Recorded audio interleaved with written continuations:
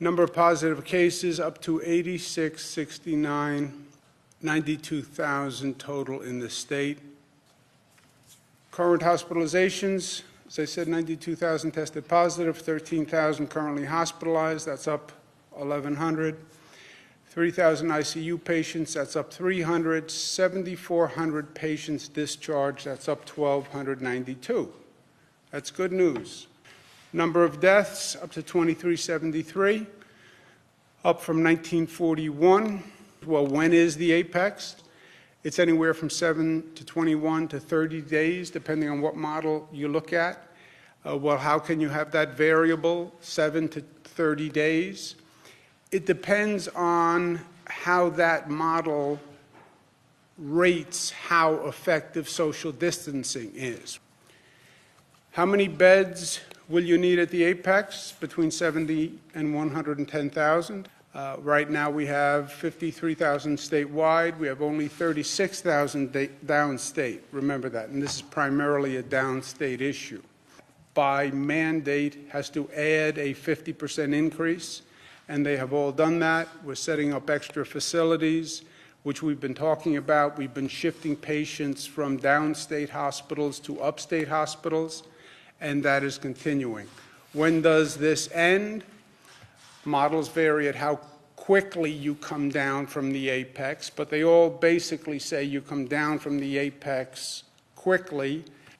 Models have it flattening out and continuing through the summer.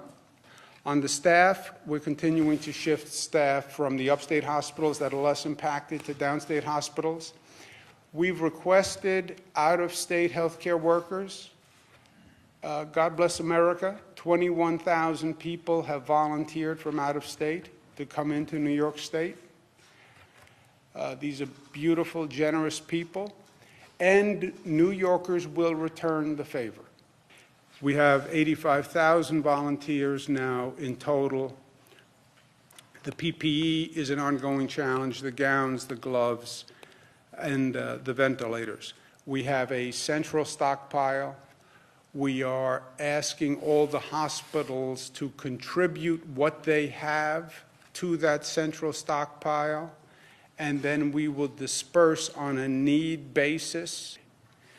Please contact us. We'll work with you. We'll work with you quickly. We'll finance what you need in terms of transitioning, and we'll buy the product, and I will pay a premium because we need it.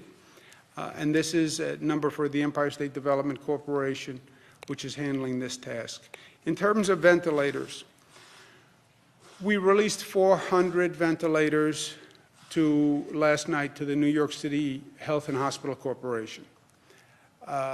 We released 200 to Long Island and Westchester. As I said, you see those growing numbers in Nassau and Suffolk, and that is starting to stress that healthcare system.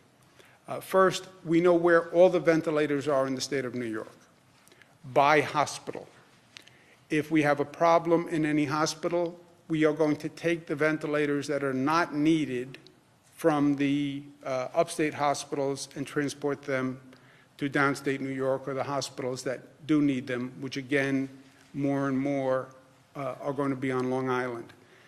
We're also increasing the number of ventilators by ending all elective surgeries. We're also using anesthesia machine ventilators without the anesthesia, obviously, but using them as ventilators. We're also so-called splitting ventilators. We're also converting what's called BiPAP machines, which are, again, don't have the same force as a ventilator, but on an emergency basis, some research has been done that says they could be suitable.